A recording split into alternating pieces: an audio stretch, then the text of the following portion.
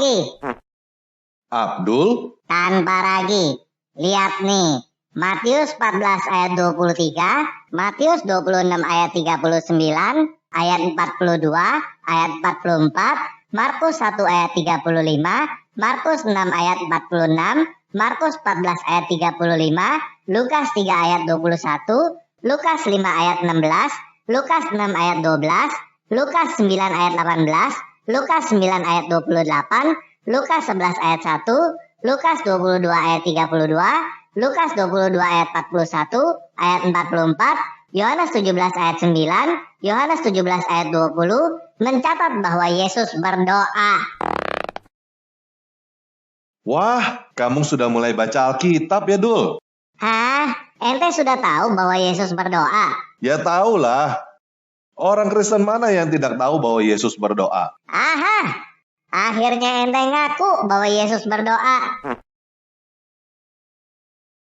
Emangnya saya pernah berkata bahwa Yesus tidak berdoa? Kenapa Yesus berdoa? Begini, Dul. Yesus adalah Tuhan yang datang untuk mengajar dan memberi teladan kepada manusia.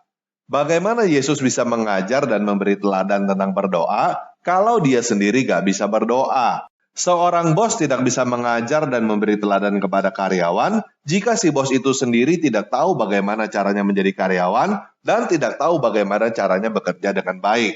Ente salah tanpa ragi. Yesus berdoa karena dia bukan Tuhan. Hah?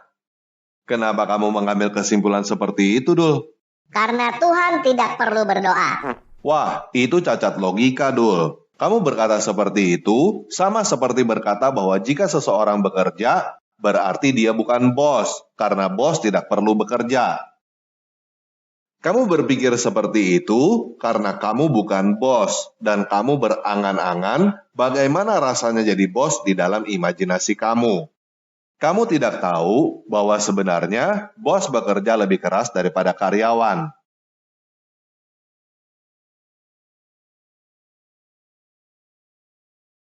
Gini deh, emangnya berdoa itu artinya apa sih, Dul? Sesuai KBBI, doa itu artinya permohonan dalam kurung harapan, permintaan, pujian kepada Tuhan. Kalau sholat itu artinya apa, Dul? Sholat artinya ya berdoa. Kalau bentuk jamak dari sholat apa? Bentuk jamak dari sholat ya sholawat. Jadi, sholawat itu artinya adalah berdoa dalam bentuk jamak, kan? Iya. Nah, coba kamu baca Al-Quran surat 33 ayat 56. Sesungguhnya Allah dan para malaikatnya bersolawat untuk Nabi. Wahai orang-orang yang beriman, bersolawatlah kamu untuk Nabi dan ucapkanlah salam dengan penuh penghormatan kepadanya. Jadi Al-Quran surat 33 ayat 56 berkata bahwa Allah dan para malaikatnya berdoa bersama untuk Nabi. Jika kamu berkata bahwa Yesus bukan Tuhan karena dia berdoa, seharusnya kamu juga berkata bahwa Allah juga bukan Tuhan, karena Allah berdoa bersama para malaikatnya. Kalau kamu berkata bahwa Tuhan tidak perlu berdoa, saya juga berkata bahwa Tuhan tidak perlu bersolawat bareng para malaikat. Aha, Allah bersolawat artinya memberikan rahmat dan keridoan. Para malaikat bersolawat artinya memberikan permohonan ampun. Sedangkan umat muslim bersolawat artinya memberikan pengagungan kepada Rasulullah. Abdul. Satu kata yang sama di dalam satu kalimat begitu, kok masih pakai standar yang berbeda-beda? Padahal ayat itu jelas memerintahkan umat muslim untuk berdoa bagi Muhammad, karena Allah dan para malaikatnya aja berdoa bagi Muhammad. Tanpa ragi, ente tanpa otak. Saya memang tanpa otak untuk akal-akalin. Bagaimana caranya supaya Allah berdoa, artinya Allah bukan berdoa. Lagi pula, walaupun sholawat Allah adalah memberikan rahmat dan keridoan, tetap aja Allah memberikan rahmat dan keridoan dengan cara berdoa bareng para malaikat, kan? Dul, berdoa yang isinya memberikan rahmat dan keridoan itu adalah hal biasa. Saya aja sering kok berdoa isinya memberikan rahmat dan keridoan bagi orang lain. Ente menyamakan diri dengan Tuhan.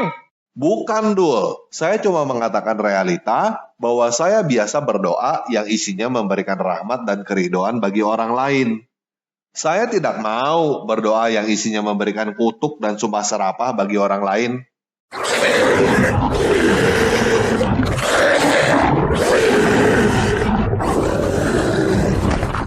Yesus berdoa kepada siapa?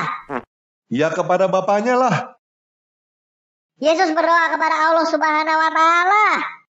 Tuh lihat Lukas 6 ayat 12 terjemahan lain. Dikatakan bahwa Yesus berdoa kepada Allah. Iya, LAI memang menerjemahkan ayat itu begitu. Tetapi, kamu jangan berpikir bahwa Allah di dalam Alkitab adalah nama diri. Allah di dalam Alkitab itu hanya gelar atau jenis. Sama seperti bos dan karyawan hanya gelar atau jenis. Walaupun seseorang dipanggil Pak Bos, bukan berarti namanya adalah bos. Di dalam Yohanes 10 ayat 34, Yesus berkata kepada orang-orang Yahudi bahwa mereka adalah Allah dengan mengutip Mazmur 82 ayat 6. Bahkan di dalam Ulangan 4 ayat 28, batu dan kayu yang disembah juga disebut Allah. Jadi, Allah di dalam Alkitab itu hanyalah sebuah kata, bukan nama. Arti Allah di dalam Alkitab terjemahan LAI adalah dewa, tidak lebih, tidak kurang.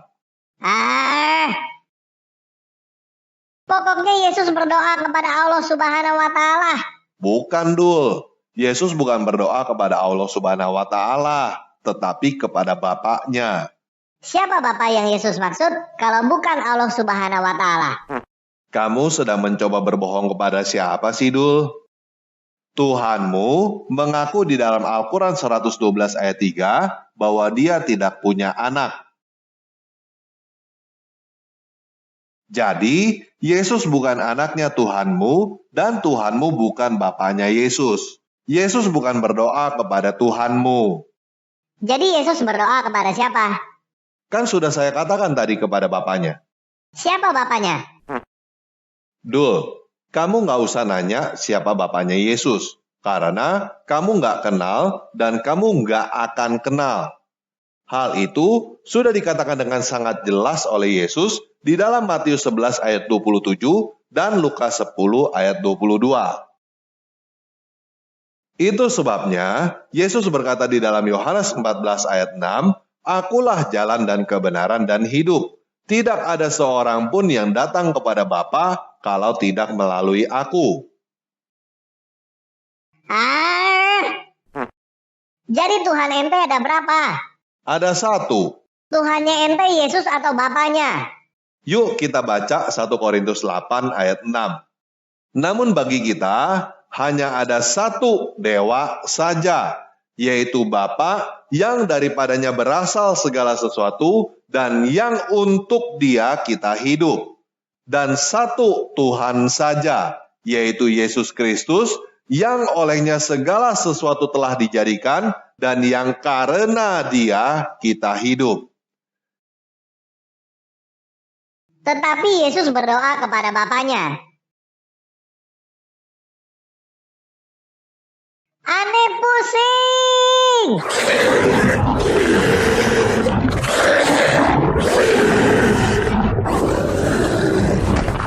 Begini, Dul. Coba berhenti melihat bahwa doa itu cuma satu arah. Doa itu adalah komunikasi dua arah. Coba kita lihat doa Yesus di dalam Lukas 22 ayat 42. "Ya Bapakku, jikalau engkau mau, ambillah cawan ini daripadaku.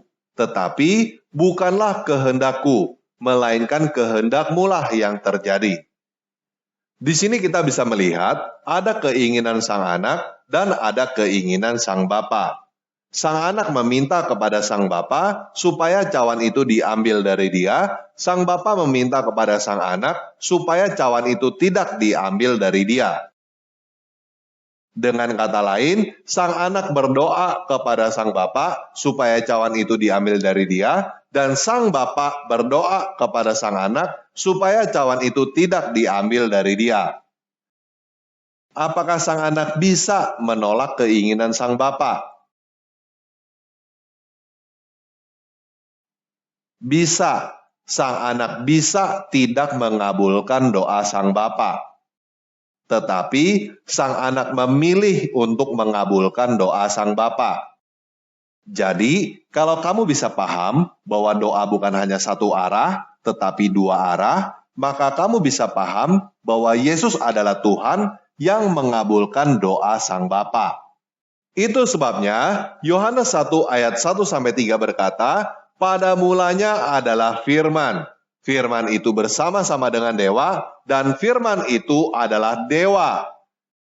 Ia pada mulanya bersama-sama dengan dewa, segala sesuatu dijadikan oleh dia, dan tanpa dia tidak ada suatu pun yang telah jadi dari segala yang telah dijadikan. Yohanes 1 ayat 14 berkata, firman itu telah menjadi manusia dan diam di antara kita, dan kita telah melihat kemuliaannya, yaitu kemuliaan yang diberikan kepadanya sebagai anak tunggal Bapa, yang penuh kasih karunia dan kebenaran. Coba direnungkan pelan-pelan ya, Dul.